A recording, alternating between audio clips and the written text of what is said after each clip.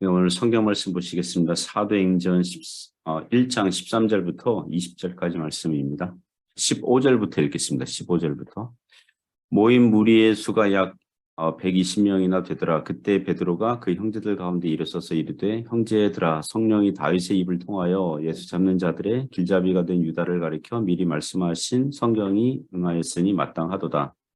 이 사람은 본래 우리 수 가운데 참여하여 이 직무의 한 부분을 맡았던 자라. 이 사람이 불의의 삭스로 밭을 사고 후에 몸이 곤두박질하여 배가 터져 상자가 다 흘러나온지라. 이 일이 예루살렘에 사는 모든 사람에게 알리어져 그들의 말로는 그 밭을 아겔다마라 하니 이는 피밭이라는 뜻이라. 시편에 기록하였으되 그의 거처를 황폐하게 하시며 거기 거하는 자가 없게 하소서 하였고, 또 일러스되 그의 직분을 타인이 취하게 하소서 하였도다. 아멘. 네, 오늘 가룟 유다를 대신할 직분의 필요성, 가룟 유다를 대신할 직분의 필요성, 이런 제목으로 하나님의 말씀 증거하겠습니다. 오늘 성경 말씀은 가룟 유다의 빈자리, 이 사도의 이 빈자리를 대신할 이 직분의 필요성을 베드로가 주장하는 그런 대목입니다. 오순절 이전에 굳이 가룟 유다를 대신할 사도를 급히 뽑아야 했을까 생각할 수 있지만, 신약교회가 시작하는 시점에 구약의 12지파와 상응하는 12사도들을 온전하게 세우는 것이 주님 뜻이었는 줄 압니다. 몇 가지 교훈으로 나눠서 보길 원하는데요. 첫 번째는 베드로가 교회의 대표 지도자로 나섭니다. 15절에 보면 모인 무리의 수가 약 120명이나 되더라. 그때 베드로가 그 형제들 가운데 일어서서 이르되, 이 당시 다락방에 모인 사람들이 약 120명이라고 합니다. 이 120명이 매일 다락방에서 잠도 자고 식사도 하고 숙식을 해결하고 그렇게 했다고 볼 필요는 없습니다. 아마도 기도의 시간에만, 또는 오늘 15절 이하 분위기를 보면 교인 총회, 공동의회 같은 그런 집회 할 때 그때 모였던 것 같습니다. 많은 목사님들이 설교할 때 예수님 떠나시고 이제 신자들은 120명이었다 할 때 근거가 이 15절이거든요. 하지만 고린도전서 15장 6절에 보면 부활하신 예수께서 500의 형제들에게 일시에 보이셨다 그랬어요. 그리고 여기 120명이 남자만 숫자를 셌는지 여자도 포함했는지 잘 모르지만 당시 유다의 일반적인 문화 관습상 남자들만 숫자 센 걸 염두에 둔다면 예수님 믿는 사람들은 최소한 120명 훨씬 넘었겠죠. 또 500의 형제들이 갈릴리에 있던 신자들로 추정하면 오순절 앞두고 예루살렘에 온 사람은 한 120명 좌우 된 것으로 보입니다. 자, 교인들의 총회에서 베드로가 나서요. 그리고 가룟 유다를 대신할 사도의 빈자리 채울 사람을 뽑자고 말하게 될 것입니다. 우리는 여기서 베드로가 여러 과거의 부정적인 실패 경험들을 극복하고 교회 지도자로 세워진 것을 봅니다. 그는 얼마 전에 예수님을 3번이나 부인한 사람이었고 좀처럼 그 실패 경험에서 빠져나오는 것을 힘들어 했었거든요. 예수께서 디베랴 바닷가를 찾아가시고 베드로에게 네가 나를 사랑하느냐 3번 물으시고 내 양을 치라, 내 양을 먹이라, 이런 사명을 주신 다음에야 비로소 베드로가 일어선 것을 봅니다. 물론 여기서 로마 카톨릭이 주장하듯 베드로가 교황의 첫 번째 교황이라고 주장하거든요. 카톨릭은. 교황의 위치로서 교황 그러면 교회의 왕이거든요. 지상교회의 인간왕, 그리스도를 대리하는 왕, 이렇게 베드로를 축해 세우는데 그것은 과도하게 선을 넘은 거죠. 베드로는 그저 다른 사도들 중에 한 사람으로서 나서고 있는 거예요. 우리는 베드로를 통해서 과거에 쓰러졌고 넘어졌고 실패했던 사람도 얼마든지 주님께 사용받을 수 있다. 그걸 볼 수가 있습니다. 유익한 하나님의 도구가 될 수 있다. 그걸 받아들이면 됩니다. 우리도 그러한 줄 압니다. 우리도 실패하고 넘어지고 자빠진 경험들이 있을 수 있어요. 그러나 우리 주님께서 우리를 일으켜 주시고 주님의 일을 감당하게 하시니 주님을 의지하고 일어설 수 있게 되는 줄 믿습니다. 두 번째 교훈은 가룟 유다의 실패는 성경의 예언 탓이거나 하나님 탓이 아니라 본인 탓이라는 거예요. 16절부터 19절 보시면, 형제들아, 성령이 다윗의 입을 통하여 예수 잡는 자들의 길잡이가 된 유다를 가리켜 미리 말씀하신 성경이 응하였으니 마땅하도다. 이 사람은 본래 우리 수 가운데 참여하여 이 직무의 한 부분을 맡았던 자라. 이 사람이 불의의 삭스로 밭을 사고 후에 몸이 곤두박질하여 배가 터져 창자가 다 흘러나온지라. 이 일이 예루살렘에 사는 모든 사람에게 알려져 그들의 말로는 그 밭을 아겔다마라 하니 이는 피밭이라는 뜻이라. 베드로의 요지는 가룟유다의 배신은 성경이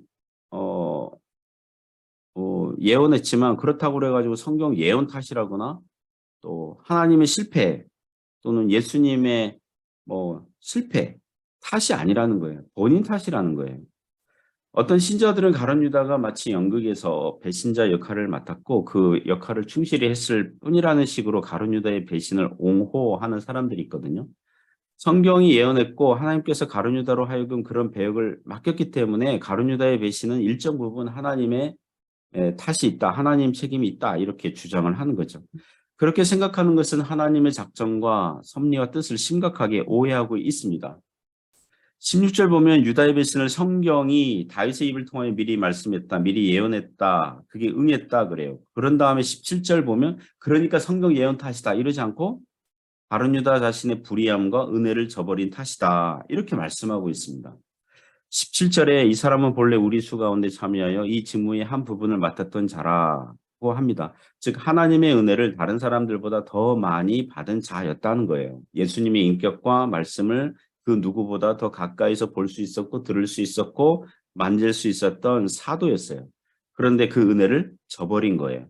18절 19절 말씀은 우리 성경에 보면 괄호를 쳤잖아요. 이 부분은 베드로의 설교 내용이 아니라 사도행전의 기록자 누가의 첨부한 내용으로 봅니다. 사도행전의 수신자 이방인 데오빌로와 데오빌로가 섬기는 그 교회, 이방인 교회이기 때문에 이 자초지종을 설명하려는 의도이죠. 가룟유다는 불의의 삭스로 밭을 사고 후에 몸이 곤두박질하여 배가 터져 창자가 다 흘러나왔고 이 일이 예루살렘에 사는 모든 사람에게 알려졌고 사람들이 그 밭을 아겔다마, 그 히브리 발음으로는 하칼다마, 이 하칼, 이게 밭 또는 분깃이란 뜻이고요. 다마가 피란 뜻이에요. 피밭. 이렇게 불렀다는 거죠. 마태복음 27장 5절에서는 가룟유다가 목매어 죽었다 이렇게만 나오거든요. 그런데 사도행전에서는 몸이 곤두박질하여 배가 터져 창자가 흘러나와서 죽었다. 이 두 군데 성경이 서로 다르게 말하는 것 같이 보인다면 이제 종합하면 돼요. 종합하면 됩니다. 가룟유다는 아마도 절벽 쪽 이제 나무 위에서 이제 자살을 시도했으나 밧줄이 끊어졌을 거고 그 몸이 곤두박질 이렇게 하다가 바위 같은데 몸이 부딪혀서 창자가 흘러나오는 이 비참한 이제 사고사 당하는 거죠. 이 이야기는 너무 유명해서 예루살렘에 사는 모든 사람들이 알 정도였다고 합니다. 즉 가룟유다의 죽음은 자승자박이었다는 거예요. 하나님의 은혜를 발로 차버린 것이고 그건 역시 성경에서 예언했다는 거죠. 400년 전 청교도들이 그 신앙고백서 만들 때 그들의 논리대로 말하면 제1원인이신 하나님의 뜻과 작정과 섭리가 제2원인인 사람들의 자발적인 뜻을 사용해서 하나님의 목적과 뜻이 이루어지도록 하셨다는 것입니다. 즉 사람이 자신의 죄에 대한 징벌은 자신이 자초했다는 거죠. 우리 하나님께서는요. 악인이 심판받는 것, 악인이 망하는 것 기뻐하지 않습니다. 악인들이 도리어 회개하고 돌아오기를 기뻐하십니다. 그러나 회개하지 않고 저주받는 길로 갔다면 그것은 그 사람 탓이라는 것입니다. 세 번째 교훈은 가룟유다 사건은 우리에게 경건한 두려움을 준다는 것입니다. 20절 보시면 시편에 기록하였으되 그의 거처를 황폐하게 하시며 거기 거하는 자가 없게 하소서 하였고 또 일렀으되 그의 직분을 타인이 취하게 하소서 하였도다. 예수님을 3번 부인한 베드로가 회복이 되어 크게 쓰임받은 것을 보면 우리에게 위로가 되고요. 실패한 우리도 다시 일어설 수 있다. 이런 위로가 되고요. 그러나 이 가룟유다 보면 예수님을 부인한 가룟유다 사도였으면서도 스스로 이제 자살하는 쪽을 선택했고 돌아올 수 없는 강을 건너버렸지 않았습니까? 가룟유다처럼 예수님을 지근거리에서 따라다닌 자라도 저주받은 인생을 살 수 있고 그걸 통해서 우리는 경건한 이 두려움, 경건한 주의를 가져야 한다는 것입니다. 시편에 기록된 것처럼 다윗이 원수들의 거처가 황폐되도록 그들이 맡았던 직분이 타인이 취하도록 기도한 것을 가룟유다에게 적용합니다. 왜 이런 말씀하고 있습니까? 우리도 그럴 수 있다는 거예요. 사도행전 보시면요. 헌금 속였다가 부부가 즉사하는 일이 있고요. 성령을 돈으로 사려고 했던 자가 징벌을 당하기도 하고요. 복음을 반대하는 자가 잠시 눈이 멀기도 하고요. 바울 흉내내면서 귀신을 쫓아내려는 자들이 도리어 귀신에게 해코지 당하는 일이 있고요. 제사장들과 유대의 제사장들과 장로들은 사도들을 핍박했고요. 백성에게 존경받는 자리에 있던 자들이 복음을 반대하는 바람에 그들의 거처가 황폐하게 되고 그의 직분을 타인이 취하는 일이 생깁니다. 유대인들이 믿지 않으니까 복음의 은혜가 이방인들에게 넘어가요. 동서로부터 이방인들이 와서 아브라함과 이삭과 야곱의 자리에 같이 앉게 돼요. 천국은 침노하는 자의 것이고 천국이 자기 자리인 줄 알았던 자들이 쫓겨나는 일들이 일어나는 거예요. 먼저 된 자가 나중되고 나중된 자가 먼저 되는 일들이 일어나는 것입니다. 그러므로 사랑하는 성도 여러분, 주께서 우리에게 맡겨주신 직분을 꾸준히 잘 감당할 수 있기를 주님의 이름으로 축원합니다. 교회사의 어느 신앙의 선배가 이런 얘기 했어요. 사용하지 않으면 물건이 녹슬잖아요. 그러니까 사용하지 않아서 녹슬어 없어지는 자가 아니라 워낙 자주 사용을 하다 보니 알아 없어지는 자가 되게 하소서.